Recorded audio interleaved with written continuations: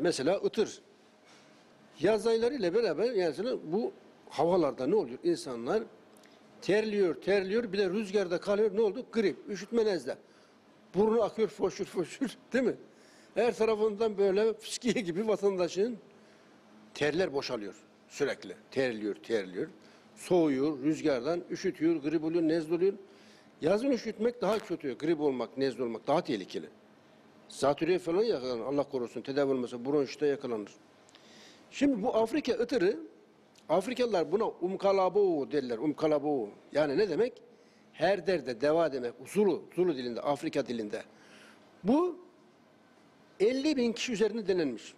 50 bin kişi denenmiş, etkisi ispat edilmiş. Sinüzit, faranjit, orta kulak iltihaplanması, bronşit, boğaz iltihaplanması, faranjit buna karşı etkili. Üşütme, grip, nezleye karşı etkili. Hiçbir yan etkisi yok.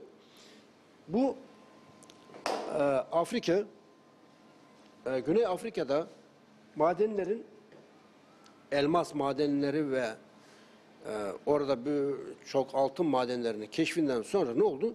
Avrupa'dan, Amerika'dan, Asya'dan yüz binlerce insan altın için, elmas için Güney Afrika'ya koştu. Zengin olmak için.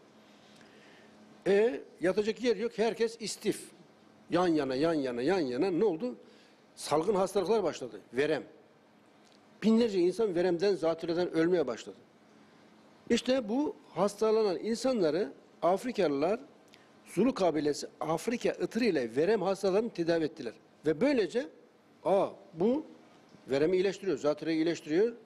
Hemen üretimine geçildi. 100 yıldır dünyada en çok satan bitkisel gıda takviye.